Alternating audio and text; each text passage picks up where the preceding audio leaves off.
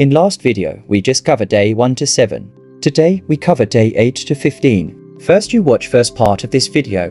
Day 8, the weight of silence. A week has passed. By the 8th day, silence has become its own kind of sound. Streets that once carried the roar of engines now echo with only footsteps and whispers.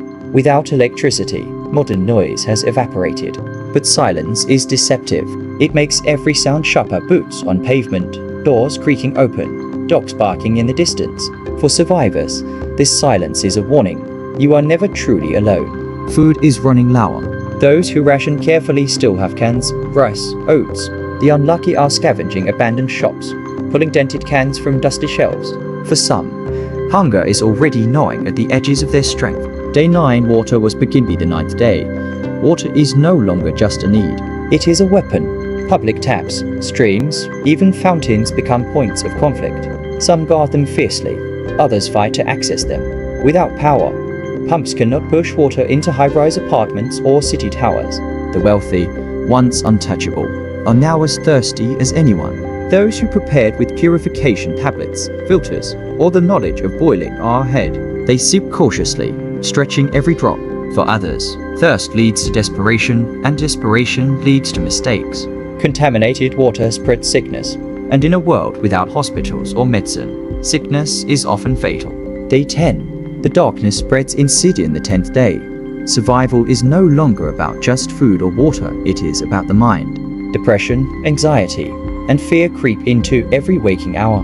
Without screens, without light, without distraction, the mind is left with silence.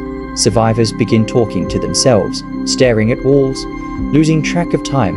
For those living alone, loneliness cuts deeper than hunger. For those in groups, mistrust grows like a shadow.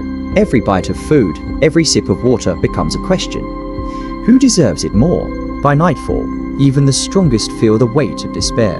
Electricity wasn't just power, it was hope.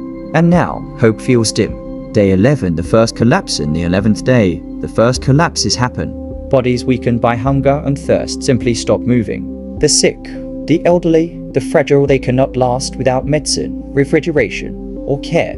Some neighborhoods begin to resemble ghost towns. Windows smashed, streets scattered with belongings. Families abandon homes, seeking greener pastures in the countryside. But the countryside has its own dangers. Limited food, exposure to elements, and strangers with guns guarding what's theirs. The Blackout has now claimed its first visible casualties. And this is only the beginning. Day 12, new rules of survival. By day 12, a new kind of order begins forming in the chaos. Some groups band together sharing food, setting up cooking fires, guarding water sources. Community becomes both shield and weapon. Alone, survival is fragile. Together, it is stronger. But trust is expensive in a world where betrayal means death. The rules are simple now. Eat sparingly. Stay hidden at night. Don't waste water. Avoid strangers unless you must. Those who adapt to these rules live. Those who cling to old habits suffer.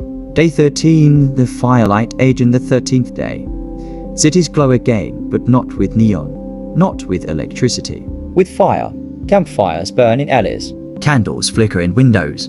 There are smells of wood smoke, charred food, and burning plastic. Humans who once mastered the digital age are dragged back to the firelight age in less than 2 weeks. But fire is dangerous. It signals life. And in darkness, life attracts predators, both human and animal.